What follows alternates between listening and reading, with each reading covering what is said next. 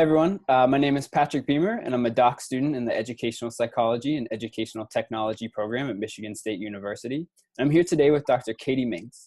Dr. Muenks is a postdoctoral researcher in the Mind and Identity and Context Lab in the Department of Psychological and Brain Sciences at Indiana University, where she's working with Dr. Mary Murphy. So I first want to thank you, Katie, for joining me today. Oh yeah, no problem.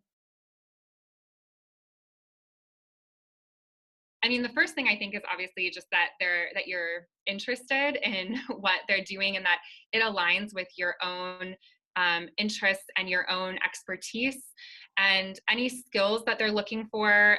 Make sure that you obviously have those skills, or that it just seems like a good fit. In terms of what you could bring to the table. You can do additional research, obviously, on the lab or the PI, and just get a sense for, how big is the lab and what journals do they publish in, what kind of methods do they use in that lab. If that information isn't immediately available, in the job ad itself, just to see if you think that that's a good fit for you. Also just things like the location of the university, the size of the department, like all of those kinds of things. And I guess with balancing between different, jobs, I think you just have to be good at time management, figure out when deadlines are, mark them off, and just keep organized. Right, for sure. So do you have some tips on preparing application materials, or if you're sending emails, I guess, to professors, some things you might want to include? For emails to professors, I think you want to keep it somewhat short, but maybe kind of talk a little bit about your expertise, your interests, what lab you are coming from, when you're planning to graduate, and sending along your CV to make sure that that looks nice. And that is a tip that I have, is to have other people look at your CV, because I think a lot of people, that's like not something typically people that send around for feedback, but actually the CV, you can get a lot of good tips from people about how to organize your CV, how to highlight the things that you want to highlight, and that there's not a lot of extraneous information, that everything in there is really crisp and clean and those sorts of things. So I would definitely have people look over your CV. As far as application materials like research statement, cover letter, definitely start early on those and have people read over them, especially faculty, and go through lots of drafts and assume that you're going to have to do lots of drafts. I think that the hardest thing to do is going to be the research statement for most people. And typically that's between 2 and 4 single-spaced pages is typically what they'll ask for. And that's hard to just kind of make sure all of your research is into a coherent story, or, that there's, lines of research. So you don't need to go into a ton of detail about every single study that you've done, but you want to make sure that it tells kind of a story and represents your sort of program of research, or what you hope to do.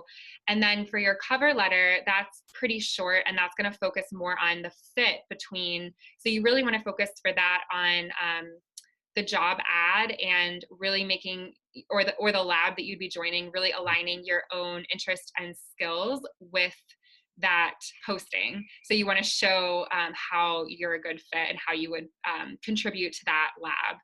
And then for letters of recommendation, that's another thing that people will typically ask for, whether you apply more formally or informally.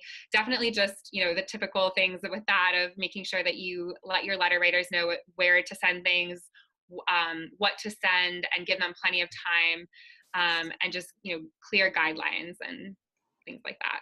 Right. So now that you're in your postdoc, how are you able to incorporate some of your own interests while still focusing on the large scale interests of the lab that you're part of?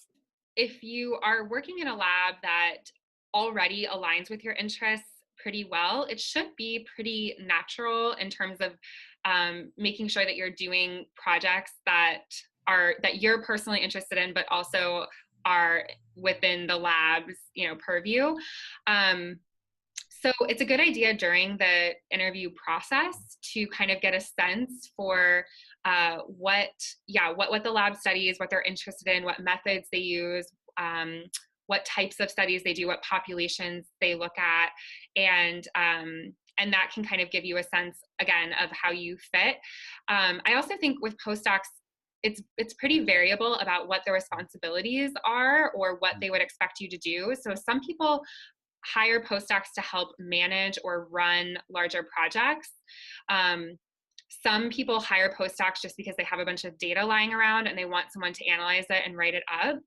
So it's a good idea to talk to, whoever would be your postdoc mentor or advisor about what would be the responsibilities that you would be doing in the lab.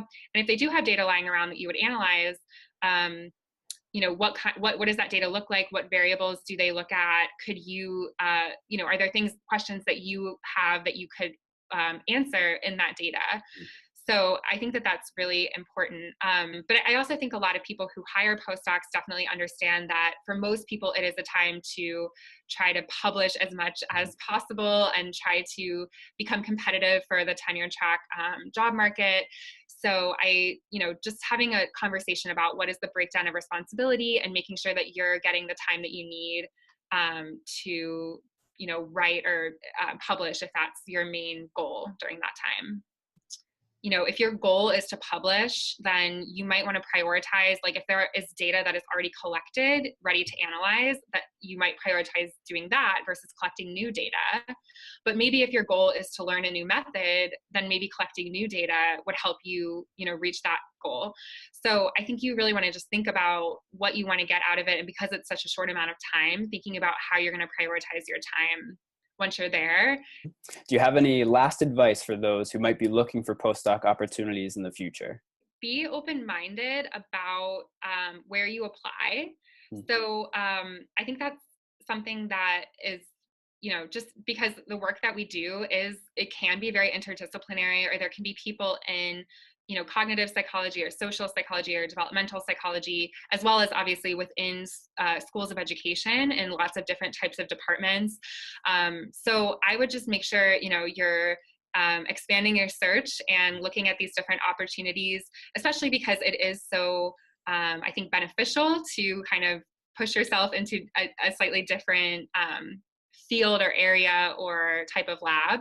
So just think about the skills, like again, as I've been saying, the skills that you want to develop. So really, really think about, what do I want to get out of my postdoc, and write a list, or think through that to make sure that you're getting what you want to get out of it. And if there are certain things that you want to learn or skills that you want to build, make sure that you're kind of looking for those types of opportunities that will help you do that.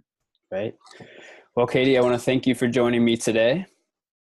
Yeah, no problem. Thank you for having me.